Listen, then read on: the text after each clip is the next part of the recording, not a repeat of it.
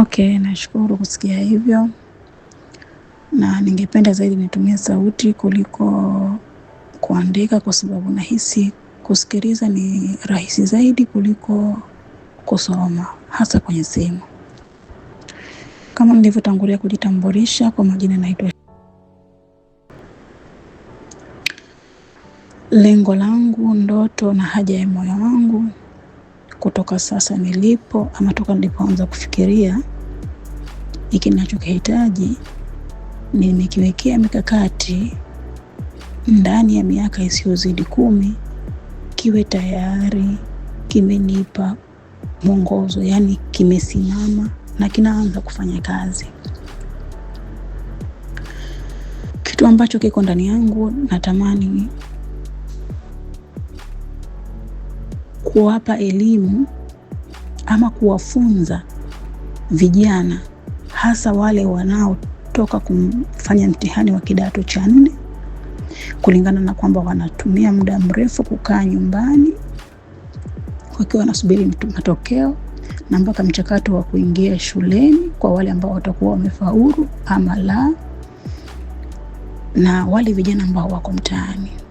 Mimi nimelenga kugusa ufahamu, kwa sababu nimejifunza mwanadamu akijitambua anaweza kufanya vitu vikubwa zaidi kuliko tunavyotarajia. Kitu ambacho wengi tunafikiri kwamba kinawatoa nje ya mstari vijana, hasa pale wanapokuwa wamemaliza shule na ikatokea ameferi, anaona hana tena mbadala na bado kijana mdogo. Na hata ambao waliofaulu wakakosa kwenda shule kulingana na hali tofauti, pia anaona kwamba hana njia mbadala, kwa sababu aliamini elimu tu ndio ambayo ingeweza kumfanya atoke kimaisha. Lakini mindset ya mtu ikikaa katika uhalisia wake, na tukianza hasa na hawa vijana ambao ndio wanachemka, kuwafunza na kufanya wajitambue wao ni kina nani na wanaweza kufanya nini na ni makubwa zaidi. Hichi kitu nimejikuta kimenigusa, na nimetamani mimi kama mimi, ikiwezekana niwe mwanamke wa kwanza ambao nitakuwa na mji ambao nitazalisha vijana wa design hiyo, wakajisimamia, wakaweza kufanya vitu vikubwa, hata kufikia hatua ya kuunda vitu wenyewe ndani ya nchi bila hata kutegemea kila kitu kutoka nje ya nchi. Kwa sababu naamini katika kila mwanadamu kuna ambaye Mungu kampa uwezo wa kutengeneza gari, kuna ambaye Mwenyezi Mungu amempa uwezo wa kutengeneza baskeli, kuna ambaye Mwenyezi Mungu kampa elimu tofauti. Kila mtu ana kitu chake cha tofauti. Sasa kwa pamoja tukikaa, tukajitambua, wakaongozwa namna ambavyo inawezekana mtu kuwa wewe na ukafanya makubwa, inakuwa ni kitu chepesi, kirahisi na kinachoweza kuleta matokeo. Awali nilifikiri kwamba hili ni wazo langu peke yangu, labda mimi tu ndo nawaza. Lakini wakati naendelea kujitafuta, kujifunza katika watu tofauti, mwaka jana nahisi mwezi kama wa 11, nilikutana na clip ya Masudi Kipanya. Alikuwa tu anawajua kawaida. Nikavutiwa tu kumfuatilia.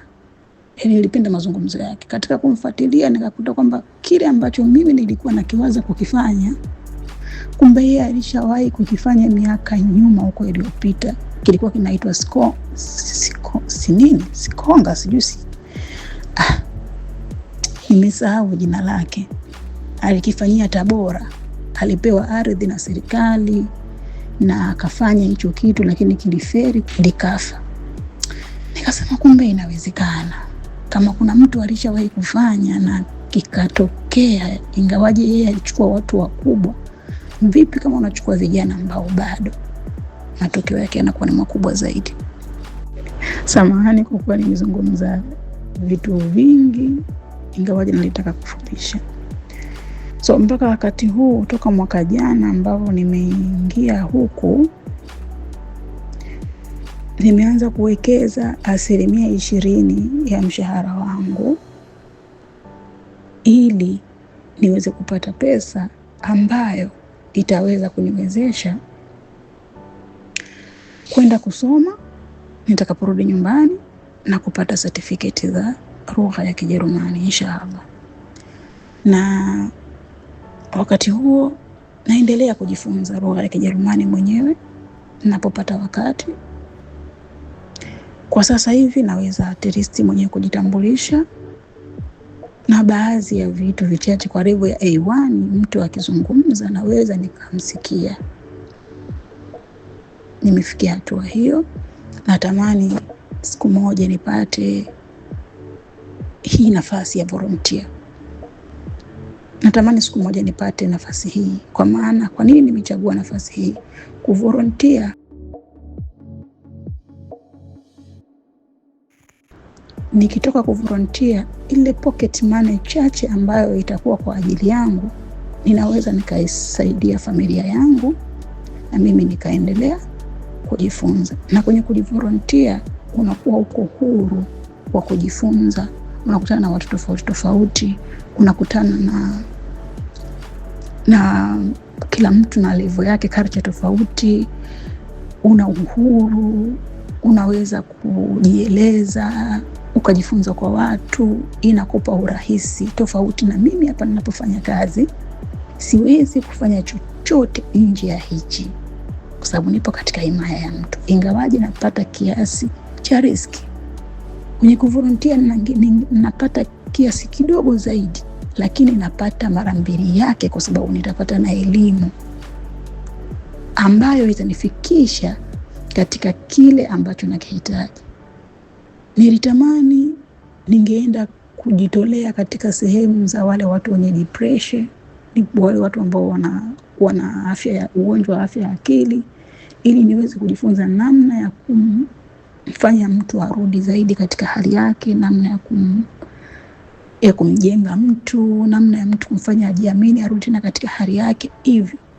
Ama nikajitolea katika sehemu za kilimo, lakini hasa lengo langu nilihitaji katika hii sehemu ya huduma ya watu wenye tatizo la afya ya akili, kwa sababu ndiko ambako mimi nahitaji nipate elimu hapo.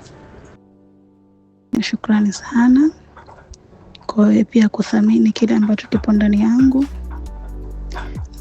Katika mambo ambayo nimejifunza ni kwamba kwenye kila hatua ya maisha, kwa kadri ambavyo utakuwa wewe unajiweka, basi Mungu hatakuletea watu wa kukuvusha. Huenda usiende nao safari nzima, basi kila mtu atamweka katika nafasi yake. Huyo atakutoa hapa mpaka hapa, mwingine atakutoa hapa mpaka hapa, lakini mwisho wa siku ufike katika lengo. Kitu ambacho naamini wewe ni sehemu ya watu ambao wameandaliwa mimi kufika kule na kuelekea. Huenda ukafika nami mpaka mwisho wa safari yangu, ama Mwenyezi Mungu akaleta chochote kile tukaishia pale ambako amekusudia uishie. Lakini almuhimu, kila mtu anakuja katika maisha kwa sababu fulani. Nathamini na naheshimu sana hicho. Ni muda mchache sana toka nimeanza kukufuatilia. Sidhani hata kama mwezi umeisha, lakini nikajikuta kila ninapokufuatilia kuna kitu nakiona ndani, naambiwa kama hapa kuna kitu ambacho kitaweza kunifikisha pahala fulani. So nami nikaona nitumie nafasi hiyo kwa ajili ya kutimiza wito wangu inshallah, na wala haina shida kabisa juu ya kutumia chochote ambacho kitaleta manufaa kwa wengine. Kwa sababu kuna mwingine huenda alikuwa kama mimi mwanzo, nilikuwa nahofia kwa sababu sina elimu kubwa, nimeishia darasa 7. Sasa nikaona jiuliza, kila kitu nikifanya, mbona kila kitu kinataka cheti cha form 4, 6, sijui PhD. Mimi sina. Hivi vitu naweza kweli kuvifanya? Lakini Mungu akaniletea mtu ambaye yeye hata kufaulu hajafaulu, na kafanya mambo makubwa tena katika nchi yangu. Hajataka kunitolea watu wa mbali, akanitolea Shigongo ambaye leo hii yupo ndani ya bunge la Tanzania. Lakini kuna mtu mwingine pia hajui historia yake, labda Shigongo, au labda hata hajawahi kumsikia, lakini leo hii anamiliki nadhani Global TV na isi Global kama chombo cha habari kini chake, sina hakika na isivyo. Anamiliki vitu vikubwa kwa sababu hakuvunjika kwamba mimi sijasoma, hakuvunjika kwamba mimi sijafika huko mbele. Lakini alipohitaji kusoma hakupitia sekondari. Yeye kwa maelezo yake anasema yeye alivyoamua kutaka kusoma kwa sababu alikuwa na vigezo vile vya kuwa na vitabu vyake vya alivyoandika. Zamani palikuwa na, anasema palikuwa na nini ambayo kama mtu na umesoma, yani una kipaji tuseme cha kitu fulani kikubwa, unaweza ukaenda chuo. Hiyo sheria alisema, kuna historia yake fulani hivi niko nayo humu, alikuwa akisimulia. Ndio kipengele hiko, baada ya kumpelekea yule profesa vitabu vyake kuviangalia, akamwambia wewe unaruhusiwa kwenda chuo kutokana na hivi ambavyo unaviona, yani una kitu ndani yako. Kweli akafanya mipango, kila kitu kilikwenda sawa, akaanza chuo. Hajapita sekondari. Kwa hiyo akasema why mimi? Kwa nini mimi pia nisiweze? Kwa kigezo tu cha sekondari? Hapana. Haya, nikisema kwamba sina pesa, nikiangalia kwenye historia kuna wengi pia nao hawana pesa kadri ambavyo nilikuwa nikitafuta. Lakini mtu aliamua kama hivi kushirikiana na watu, kujifunza, kuwekeza kichache. Kama Baharesa anasema yeye alianza tunakuuza chakula, kaanza kuuza chakula kidogo kidogo, vinywaji kidogo kidogo hiki. Mwisho wa siku akaja kuanza kiwanda cha kutengeneza tungano. Mwisho wa siku sasa hivi yuko mpaka nje ya Tanzania. Kwa hiyo kila kitu nikaamini kinawezekana ukikihitaji. Niseme shukrani sana kwa kunielewa, kwa maana nimejitahidi kurukaruka vitu vingi ili nipate kuzungumza vya muhimu ambavyo utanifahamu. Nashukuru, na Mwenyezi Mungu pia nawe akulipe na tuongoze sote kufikia hatua kwa jamii yetu, ili na sisi siku moja tuwe na jamii yenye maendeleo ambayo haitakuwa na malalamiko, bali itakuwa na vitendo. Tunafanya na tunaweza kufanya, ila bado tuna vile wengi wao hatujaamka. Yote mimi niseme shukrani. Na kuhusiana na swala la kitabu, inshallah yanaweza yakafanyika yote kwa pamoja, ama nikalifanya hili moja. Na huenda ikachelewa, lakini leo hii atatuma pesa kwa sababu na yeye pia yupo huku. Kwa hiyo huenda saizi amepumzika au vipi, lakini leo hata litekeleza hili. Mengine tutaendelea kujadili zaidi. Chochote kile ambacho unahisi naweza kuniuliza ili niweze kukifafanua, basi nitafanya hivyo ili tuweze kwenda sawa inshallah.